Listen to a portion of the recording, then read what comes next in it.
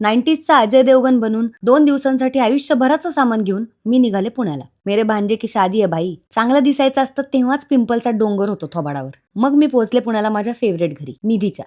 चप्पल घराच्या आत काढतीये हे लक्षात ठेवा पुढच्या रेफरन्ससाठी. फोडांचा डोंगर लपवायला ओबडधोबड मेकअप आणि ओबडधोबड मेकअप लपवायला टिकली. कॉटन स्टोरीजची ही सुंदर रेड साडी नेसायचं ठरवलं. मरक कॉम्बिनेशन वगैरे आणि आरव आर्ट ज्वेलरी यांची ही सुंदर ज्वेलरी. फालतू AQI मुळे सरभरीत होऊन डोक्यावर पदर घेतला आणि पोहोचले संगीत नाईटसाठी. तिकडे साबुदाणे वडे रेडीच होते. माझ्या बहिणींनी आणि अख्ख्या खानदानाने त्यावर ताव मारला. उत्कृष्ट क्वालिटीचे वडे. आणि हे बघा आमचा गोडू नवरदेव. नातेवाईकांना लग्नात कंप्लीट बिझी ठेवण्यासाठी कॅमेरा स्टॉल लावला होता. Best idea. त्यामुळे कुणीही बोर झालं नाही. सगळी कपलं बहिणी कधी ना काढल्यासारखे फोटोशूट करत बसले. हो बाय द वे आमचं खानदान खूप मोठं आहे. माझ्या बाबांना टोटल 8 सख्खी भावंड आहेत.